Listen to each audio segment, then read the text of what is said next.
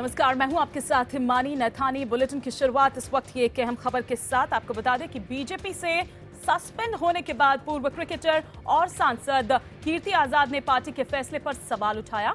कीर्ति ने कहा कि पार्टी नेतृत्व बताए कि उन्होंने क्या पार्टी विरोधी गतिविधि की है। कीर्ति ने अपनी बात दोहराते हुए फिर कहा कि पार्टी से निलंबन के बाद भी वो भ्रष्टाचार के खिलाफ अपनी इस लड़ाई को जारी रखेंगे। आपको बता दें कि डीडीसीए में भ्रष्टाचार के मुद्दे पर कीर्ति ने फिर कहा कि उनकी लड़ाई किसी से व्यक्तिगत नहीं है।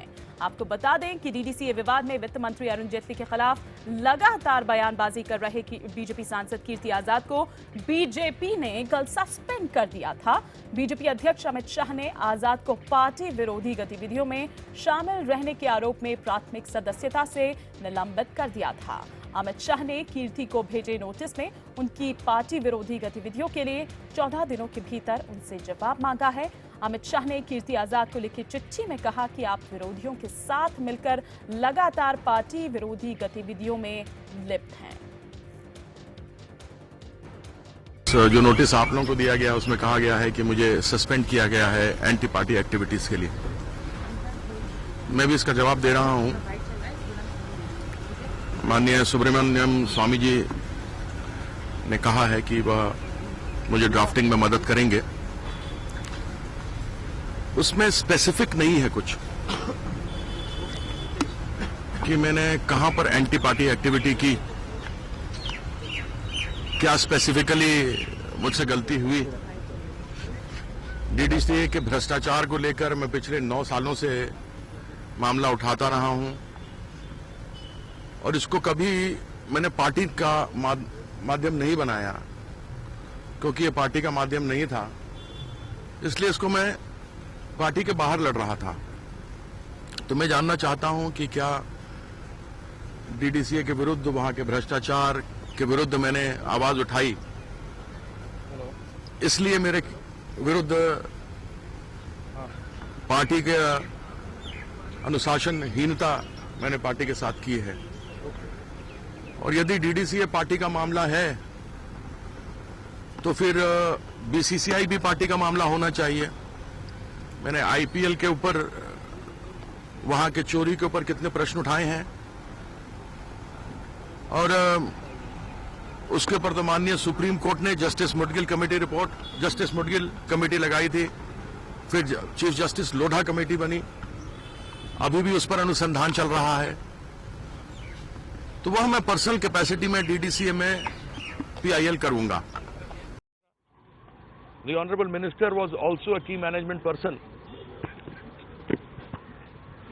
And I fail to understand that if some mishap happens in the army due to his mistakes, I'm just giving a hypothetical answer to it. Will he absolve himself from the responsibility by saying that I'm a non-executive general of the army? So these are examples which one would put without implying anything on anyone. Balance sheets are signed after due diligence, but there are fake companies that I have shown. I have plenty more.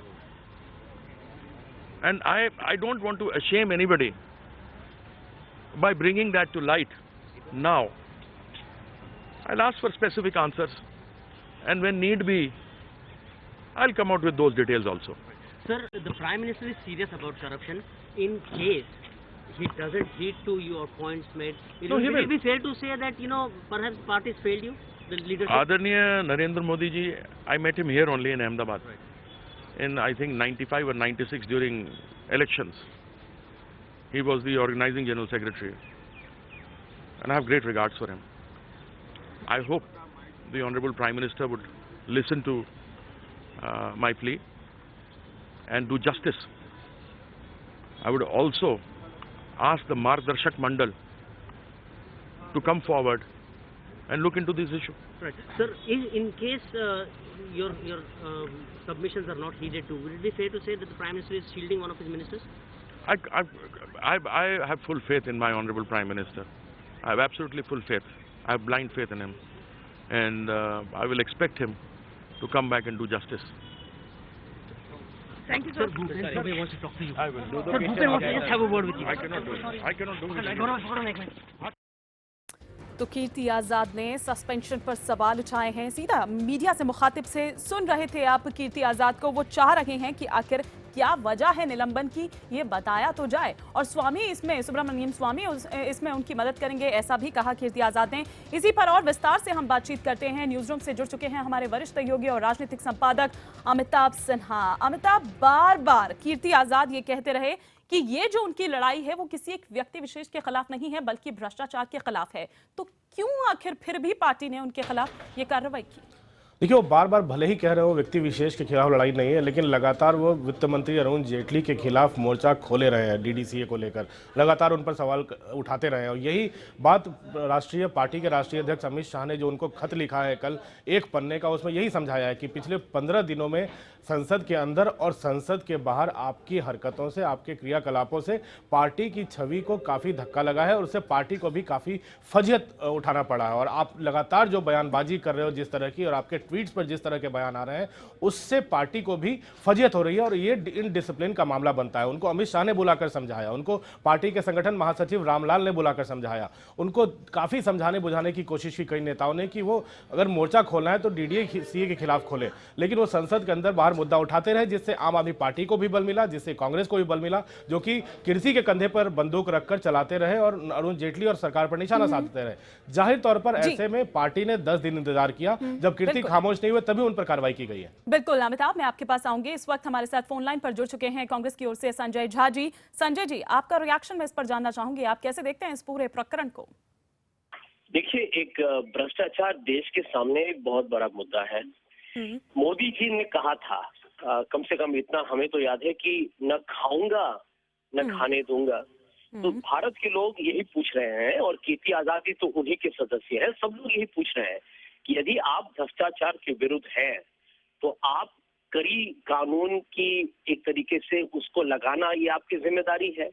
अब हर चीज पर, चाहे वो सुषमा स्वराज जी हो, वसुंधरा राजे जी हो, शिवराज चौहान हो, रमन सिंह हो, अभी अरुण जेटली हो, जब भी इस सरकार को कोई ऐसी चुनौती मिलती है, जब इनको साफ तरीके से इनको पेश आने का एक मौका मिलता है, ये हमेशा लोगों को बहकाते हैं, मीडिया को बहकाते हैं, सबको। संजय जी, आपकी बात मैंने मान ली, लेकिन ये बताइए कि कीर्ति आजाद ने आज ये पहली बार तो मुद्दा उठाया नहीं है, पिछले इतने सालों से वो मुद्दा उठा रहे हैं, तब क्यों नहीं, आप लोगों ने तब क्यों नहीं कुछ किया? सरकार तो तब आप ही की थी, आप लोगों ने क्यों नहीं एक्शन लिया? जो आप इस सरकार पर आप कह रहे हैं, तो इससे पहले आपकी सरकार थी, तो सवाल तो आप लोगों पर भी यहाँ पर उठते हैं। देखिए, आपको मैं याद दिलाना चाहूंगा, वो जो SFII का जो रिपोर्ट जो ये लोग हमेशा बात करते रहते हैं, the serious fraud office investigation जो हुआ था, वो हमारे समय हुआ था। क्योंकि जब अजय माकन जी हमारे खेल मंत्री थे, वो जानते थे कि DDSA में बहुत घोटाला या भ्रष्टाचार हो रहा है। और भारतीय जनता पार्टी आज भी SFIO का एक सिलेक्टिव लीक कहती है कि नहीं, इस रिपोर्ट में तो ये नहीं कहा गया है कि जेटली जी पर पूरा आरोप है। सच देखिए तो वही रिपोर्ट है जिसमें कहा गया है कि DDCA में न पारदर्शिता है, DDCA में भाई भतीजावाद का एक तरीके से लोगों को कॉन्ट्रैक्ट देने का एक परंपरा है। DDCA में क्या हो रहा है किसी को मालूम नहीं है। यहाँ पर कंपनीज एक्ट जो इतना एक बहुत ही एक सीरियस एक्ट है, उसका उल्लंघन। आजाद को इन्होंने पूरी तरह आजाद कर दिया, और अब कीर्ति आजाद जो बार बार कह रहे हैं वो सबूतों के बिना पे कह रहे हैं, कागज दिखा रहे हैं, कमेटी की रिपोर्ट्स को साइट कर रहे हैं, वीडियो दिखा रहे हैं, और ये भी कह रहे हैं कि मेरे पास ऐसे वीडियो भी हैं जिससे आग लग जाएगी।